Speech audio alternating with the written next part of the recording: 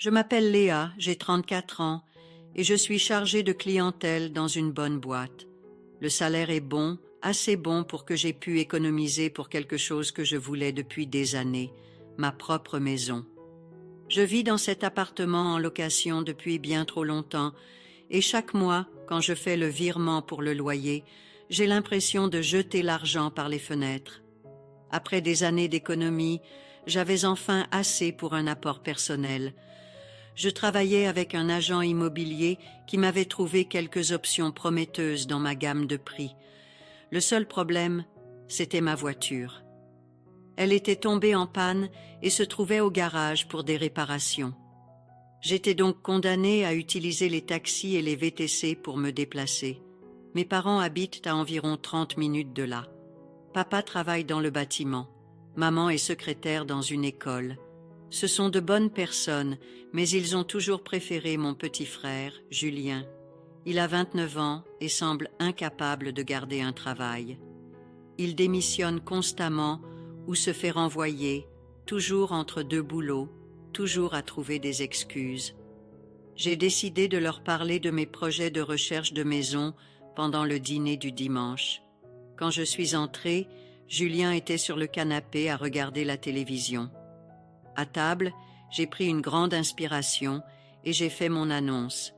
J'ai économisé assez d'argent pour acheter une maison. Je travaille avec un agent immobilier et je regarde des biens dans mes prix. Maman a eu l'air surprise.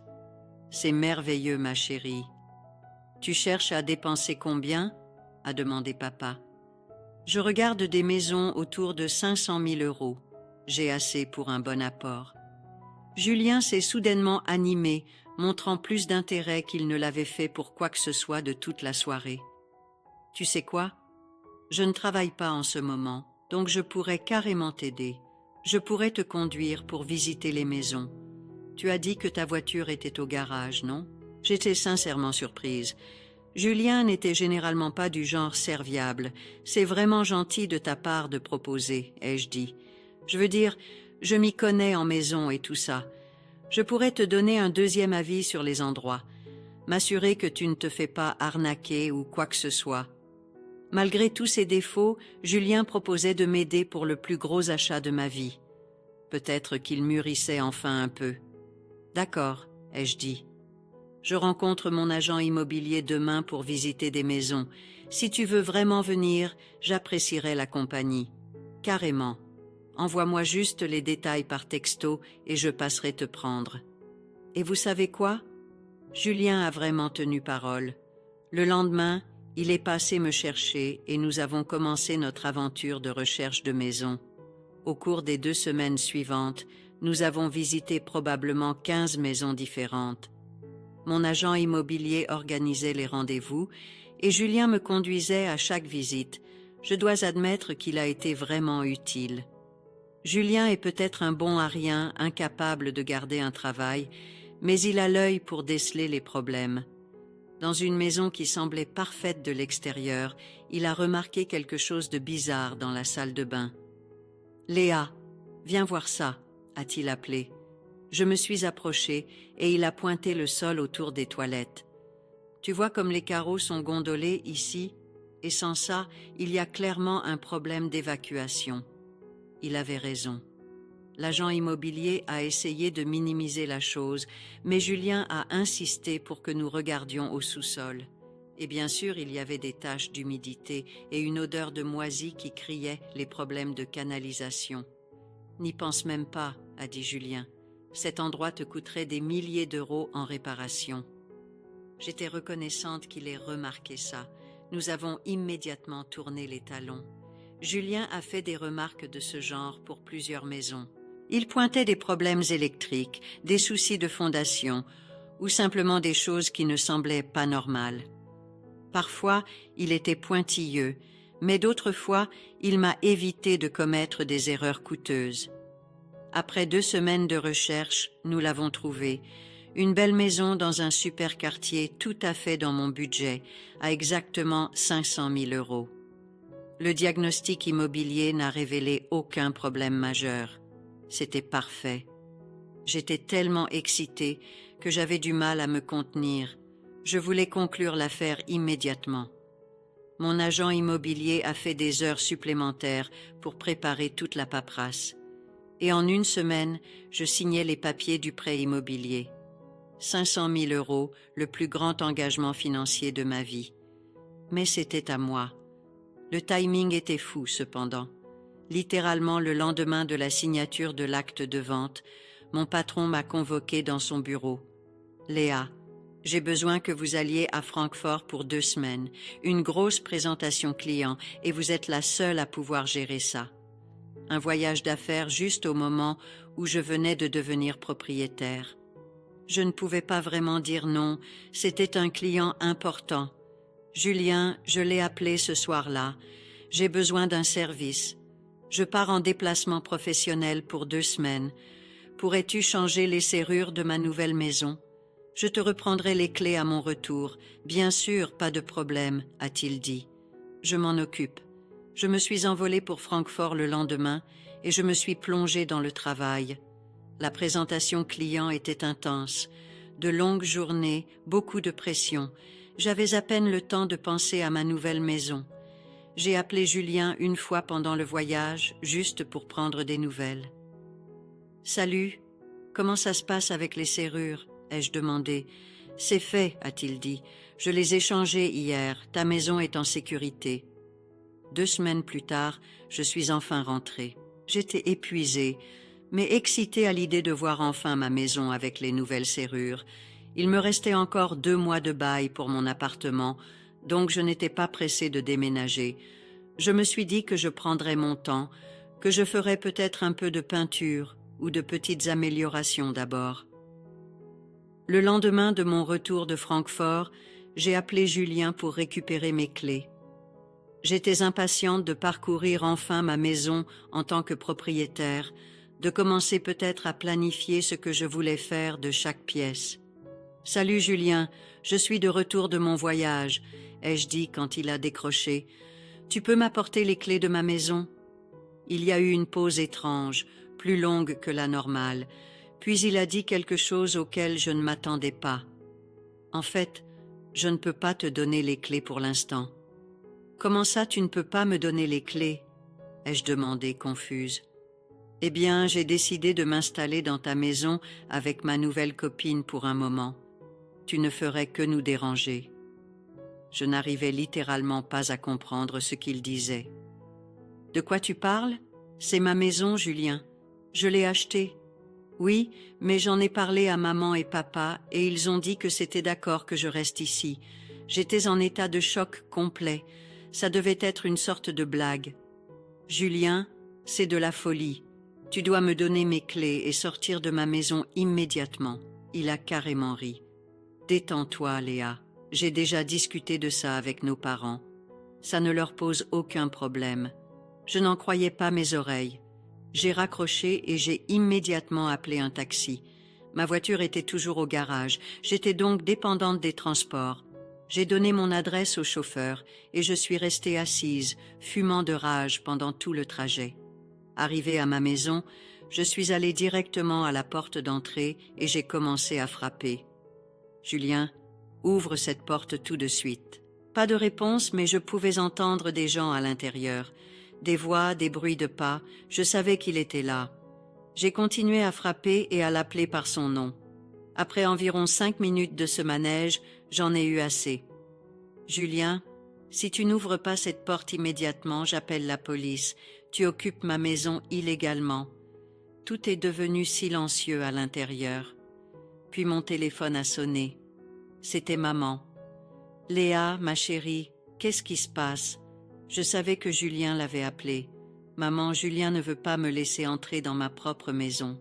Il a changé les serrures comme je l'avais demandé, mais maintenant, il a décidé d'y vivre avec une copine. C'est de la folie. Maintenant, Léa, calme-toi. Maman a dit cela avec la voix qu'elle utilise quand elle essaie de gérer une situation. Viens ici pour qu'on puisse en parler correctement.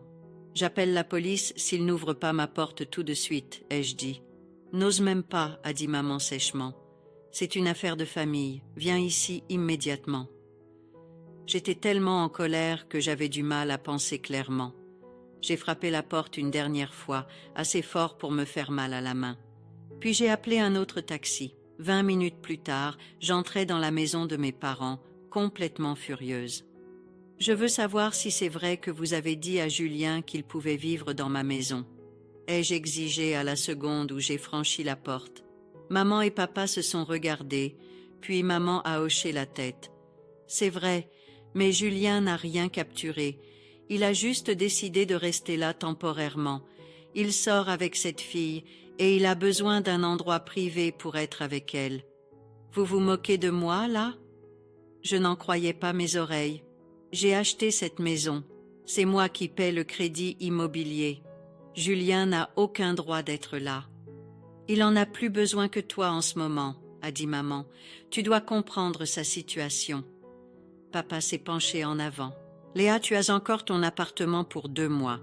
Julien n'a nulle part où aller avec sa copine, alors laisse-le s'installer.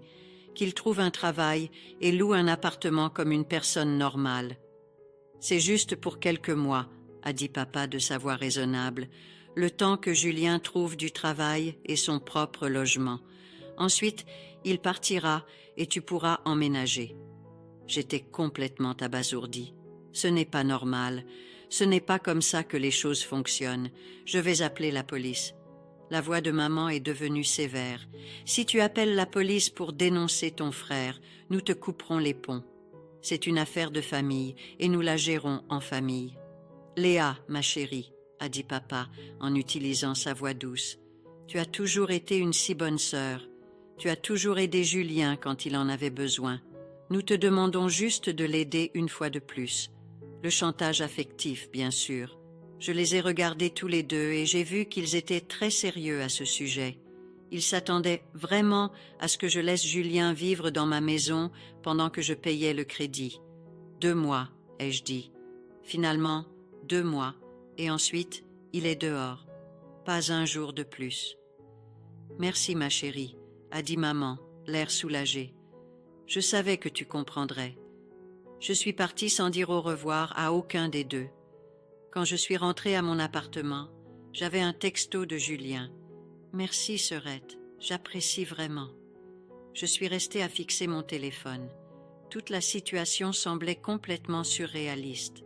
Je possédais une maison, mais je ne pouvais pas y vivre parce que mon frère au chômage en avait besoin pour sa vie amoureuse.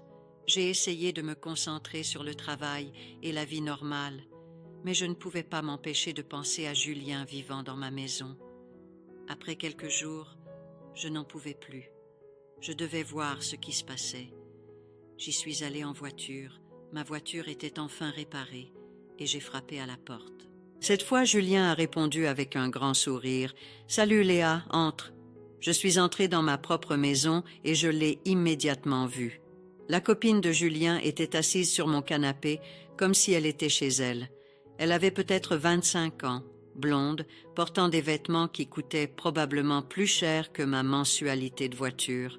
« Voici ma copine, Jessica, » a dit fièrement Julien. Jessica a levé les yeux de son téléphone. « Oh, tu es la sœur. Julien m'a parlé de toi. Eh bien, la prochaine fois, tu devrais peut-être appeler avant. On s'apprêtait à sortir. Je l'ai dévisagé. Appeler avant? C'est ma maison. » Jessica a haussé les épaules. « Ouais, peu importe.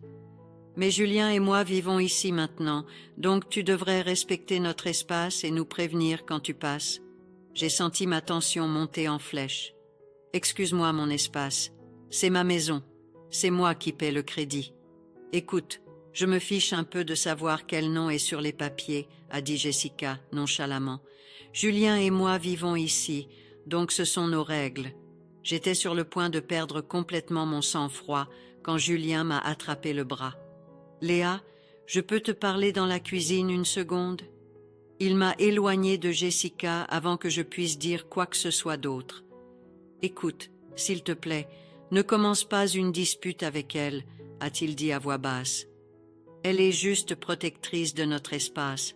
Notre espace, Julien, c'est ma maison. Je sais, mais peux-tu juste être cool avec ça? C'est seulement temporaire. » J'ai pris une profonde inspiration. « D'accord, Mais je veux un double des clés de ma propre maison et pas de fête, Julien. Je suis sérieuse là-dessus. Ouais, bien sûr, pas de problème.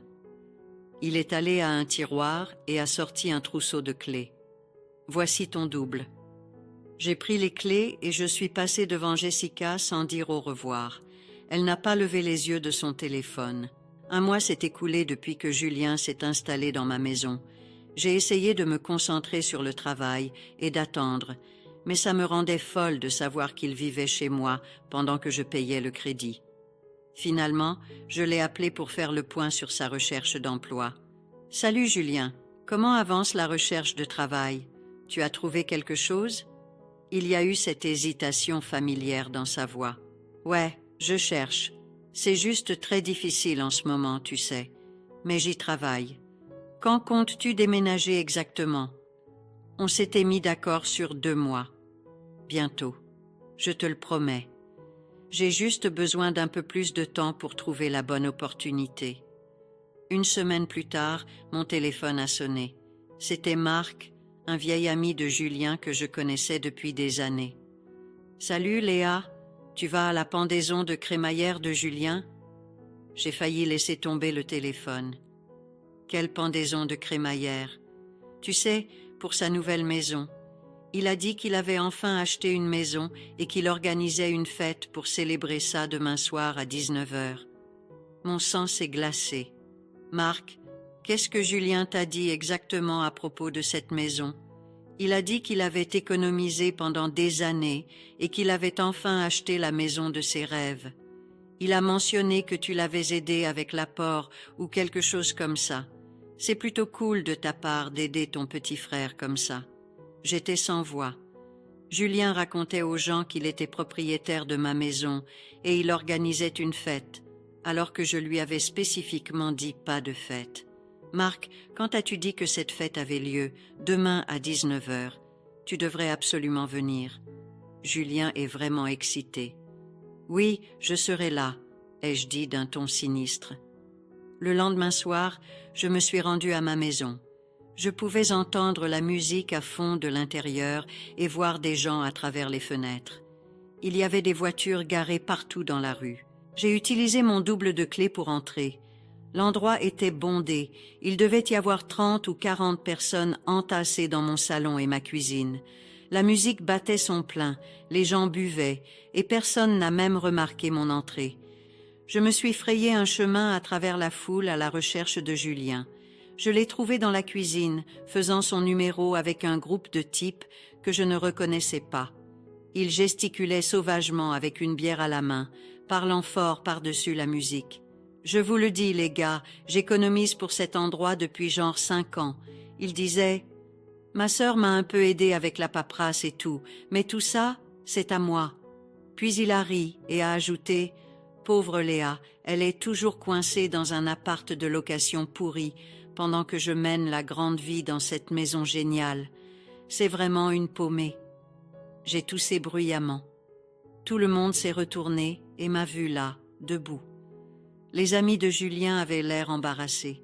La plupart d'entre eux me connaissaient et ont réalisé que quelque chose n'allait pas. Le visage de Julien est devenu rouge vif. Il m'a rapidement attrapé le bras et m'a entraîné dans le couloir, loin de ses amis. « Écoute, je peux t'expliquer, » a-t-il commencé. « Vraiment ?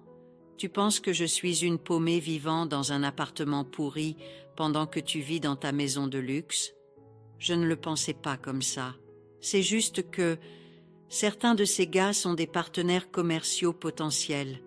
J'avais besoin d'avoir l'air de réussir. En mentant sur le fait que tu possèdes ma maison. C'est juste temporaire, a-t-il dit désespérément. S'il te plaît, ne leur dis rien. J'ai commencé à retourner vers le salon et il m'a attrapé la main. Léa, s'il te plaît, ne mets pas tout le monde dehors. Je t'en supplie. Il est temps d'arrêter de mentir, Julien, ai-je dit à voix haute. Si tu ne leur dis pas la vérité tout de suite, j'appellerai maman et papa, a-t-il crié en retour, et ils prendront mon parti comme ils le font toujours. Je me suis arrêtée et je l'ai regardé. Il y avait quelque chose de différent dans sa voix, quelque chose de méchant. Il a souri en voyant mon expression. J'ai déjà parlé de ça avec eux. Ils pensent que cette maison est parfaite pour moi. Maman veut que tu me la donnes, tout simplement. De quoi tu parles? Elle pense que tu devrais me transférer l'acte de propriété. Tu es plus âgé. Tu devrais prendre soin de ton petit frère. J'ai Jessica maintenant, et nous voulons nous marier. Nous avons besoin de cette maison. Je n'en croyais pas mes oreilles. Et si je ne le fais pas, alors ils te renieront, te couperont les ponts complètement. J'ai regardé mon frère comme si je le voyais pour la première fois. Tu es sérieux? Très sérieux. Cette maison est parfaite pour nous. Tu peux trouver un autre endroit. J'ai quitté la fête sans un mot de plus et j'ai appelé maman depuis ma voiture.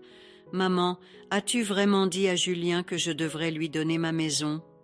Eh bien, oui, a-t-elle dit calmement. Tu es établie dans ta carrière et Julien a besoin d'aide pour démarrer. Il a une petite amie qu'il veut épouser. Qui va payer le crédit? Maman a semblé surprise.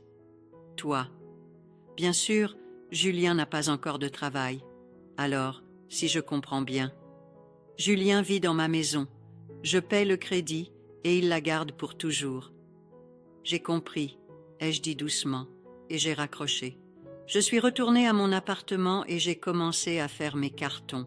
J'en avais assez de cette folie. Demain, je mettrai fin à toute cette situation ridicule. Le lendemain matin, je me suis déclarée malade au travail et je me suis rendue à ma maison. Je me suis garée de l'autre côté de la rue et j'ai attendu. 1 heure plus tard, Julien et Jessica sont sortis et sont montés dans sa voiture. Ils sont partis, probablement pour déjeuner ou faire du shopping avec l'argent que Julien ne gagnait pas. Dès qu'ils ont été partis, je me suis approchée de ma maison. J'avais déjà appelé un serrurier et convenu de le retrouver là-bas. Il m'attendait quand je suis arrivée. « Vous voulez que toutes les serrures soient changées ?» a-t-il demandé. « Absolument toutes, ai-je dit. » Pendant qu'il travaillait, je suis allée à ma voiture et j'ai commencé à rentrer les cartons que j'avais préparés. Mes vêtements, mes affaires personnelles, tout ce dont j'avais besoin pour vivre réellement dans ma propre maison. Puis je suis montée à l'étage et j'ai rassemblé toutes les affaires de Julien et Jessica. Vêtements, articles de toilette, quelques appareils électroniques, un tas de babioles. J'ai tout fourré dans des sacs poubelles et je les ai sortis sur la pelouse devant la maison. Quand le serrurier a terminé, je l'ai payé et je me suis enfermée à l'intérieur de ma maison. Pour la première fois depuis des semaines, je pouvais respirer normalement. J'étais enfin chez moi. Vers 18 heures, j'ai entendu une voiture s'arrêter, puis des voix en colère à l'extérieur. Julien et Jessica étaient revenus. « Mais c'est quoi ce bordel ?» criait Julien. « Pourquoi nos affaires sont sur la pelouse ?» Ils ont commencé à marteler la porte et à sonner sans arrêt. J'ai entrouvert une fenêtre à l'étage. « Dégagez de ma propriété ou j'appelle la police. »« Léa, qu'est-ce que tu as fait ? Pourquoi as-tu jeté nos affaires dehors ? Parce que c'est ma maison et que vous ne vivez plus ici. » Julien a immédiatement sorti son téléphone et a appelé maman. Je pouvais l'entendre lui hurler dessus que je les avais mis à la porte.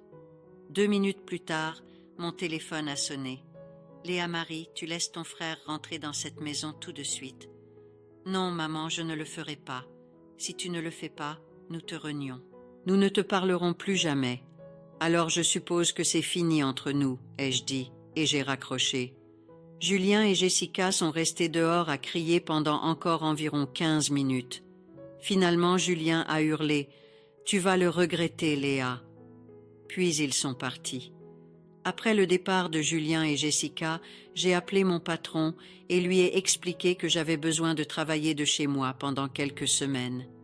Je lui ai dit que je gérais une urgence familiale, ce qui n'était pas tout à fait un mensonge. Il a été compréhensif et a dit que je pouvais travailler à distance aussi longtemps que nécessaire. J'ai installé mon ordinateur portable dans la chambre d'amis que j'avais transformé en bureau et j'ai essayé de me concentrer sur le travail. C'était étrange d'être dans ma propre maison pour la première fois, mais aussi incroyablement soulageant. Fini de payer un loyer pendant que quelqu'un d'autre vivait dans la maison que je possédais. J'ai commandé des courses en ligne et me les suis fait livrer. Je ne prenais aucun risque en laissant la maison sans surveillance. Je connaissais assez bien Julien pour savoir qu'il n'abandonnerait pas facilement. Les premiers jours, tout a été calme. J'ai commencé à penser que Julien avait peut-être accepté que c'était fini. J'aurais dû mieux le connaître. Jeudi après-midi, je travaillais sur mon ordinateur quand j'ai entendu un bruit de grattement étrange venant du rez-de-chaussée. On aurait dit que quelqu'un essayait de crocheter la serrure de ma porte d'entrée. Je me suis glissée à la fenêtre et j'ai regardé en bas. Il y avait Julien, accroupi près de ma porte d'entrée avec ce qui ressemblait à des outils de crochetage dans les mains. Il essayait vraiment de s'introduire par effraction dans ma maison. J'ai attrapé mon téléphone et j'ai appelé le 17. Quelqu'un essaie de s'introduire chez moi. Il est en train de crocheter la serrure en ce moment même. Je leur ai donné mon adresse et ils ont dit que des agents étaient en route. Je suis restée près de la fenêtre à regarder Julien s'acharner sur ma serrure. Il était complètement concentré, comme s'il avait tout à fait le droit d'être là. La police est arrivée en moins de 5 minutes. 2 agents sont sortis de leur voiture et se sont approchés de Julien, qui était toujours accroupi près de ma porte. « Excusez-moi, monsieur. Qu'êtes-vous en train de faire ?»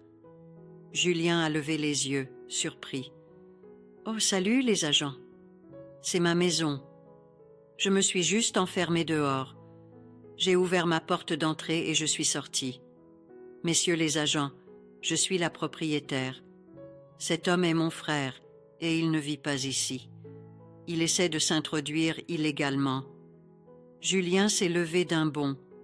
Léa, dis-leur que j'habite ici. Non, Julien, tu n'habites pas ici. C'est ma maison et je veux qu'il soit arrêté pour tentative d'effraction. Un des agents a regardé les outils de crochetage de Julien. « Monsieur, avez-vous la permission d'être sur cette propriété ?» Julien était furieux. « Léa, tu ne peux pas me faire ça. Je suis de la famille. »« Monsieur, vous êtes en état d'arrestation pour tentative de cambriolage, » a dit l'agent en sortant des menottes. Alors qu'ils emmenaient Julien vers la voiture de police, il n'arrêtait pas de crier que j'allais le regretter, que je ne pouvais pas faire ça à la famille. J'ai juste regardé depuis le pas de ma porte jusqu'à ce qu'il s'éloigne. 2 heures plus tard, mon téléphone a sonné. C'était maman et elle était furieuse. « Comment oses-tu faire arrêter ton frère ? Tu appelles la police tout de suite et tu leur dis de le laisser partir. Non, maman, il essayait de s'introduire dans ma maison. C'est ridicule, c'est une affaire de famille. C'est un adulte qui commettait un délit. Je n'appellerai personne. » Maman m'a raccroché au nez. Quelques jours plus tard, j'ai appris par ma cousine que Julien avait été libéré après que mes parents eurent payé la caution. C'était il y a 3 mois. Je n'ai pas parlé à Julien ni à mes parents depuis ce jour. Je sais par d'autres parents que Julien et Jessica vivent maintenant chez mes parents. Apparemment, maman et papa racontent à qui veut bien l'entendre à quel point je suis cruelle et égoïste, comment j'ai abandonné ma famille pour une stupide maison. Ma cousine Sophie m'a appelée la semaine dernière pour me tenir au courant des drames familiaux. Ta mère continue de raconter à tout le monde que tu as volé la maison de Julien, a-t-elle dit. Elle dit que tu l'as piégé en lui faisant croire que c'était la sienne. C'est insensé, ai-je dit, mais je ne suis pas surprise. Ton père semble embarrassé par toute l'affaire, mais il ne la contredit pas. Et Julien raconte aux gens que tu l'as fait arrêter sans raison. Et sa copine, Jessica l'a larguée il y a environ 1 mois. Apparemment, vivre avec ses parents n'était pas le style de vie luxueux qu'elle recherchait. J'ai presque eu pitié de Julien en entendant ça, presque. « Mais toi, ça va ?» a demandé Sophie. Je veux dire, avec le fait de ne plus leur parler. Honnêtement, je vais mieux que je ne l'ai été depuis des années. Et c'est la vérité. J'adore vivre dans ma maison. J'ai peint les murs avec des couleurs que j'aime vraiment. J'ai acheté des meubles qui me rendent heureuse. J'ai un jardin maintenant. Je peux faire ce que je veux parce que c'est à moi. Avoir une famille me manque parfois. C'est étrange de ne pas recevoir d'appel de maman ou papa. Mais le drame ne me manque pas. Être culpabilisé pour prendre en charge les problèmes de Julien ne me manque pas. Être la personne responsable qui est censée tout sacrifier pour tout le monde ne me manque pas. Mes amis ont été choqués quand je leur ai raconté ce qui s'est passé. La plupart d'entre eux ont dit qu'ils n'arrivaient pas à croire que mes parents prendraient le parti de Julien pour quelque chose d'aussi évident. Quelques-uns ont dit qu'ils m'admiraient pour m'être défendu. Le travail se passe très bien. Sans tout le stress familial, j'ai été plus concentrée et productive. Mon patron a laissé entendre qu'il pourrait y avoir une promotion à venir. Le mois dernier, j'ai croisé Julien au supermarché. C'était extrêmement gênant.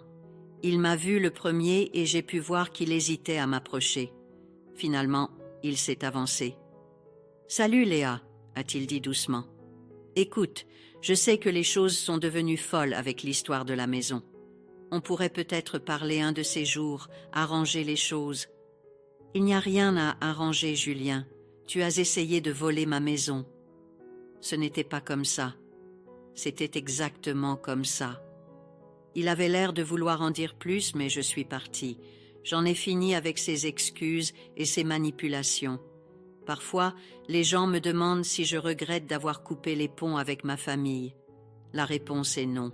Je regrette que cela ait dû arriver.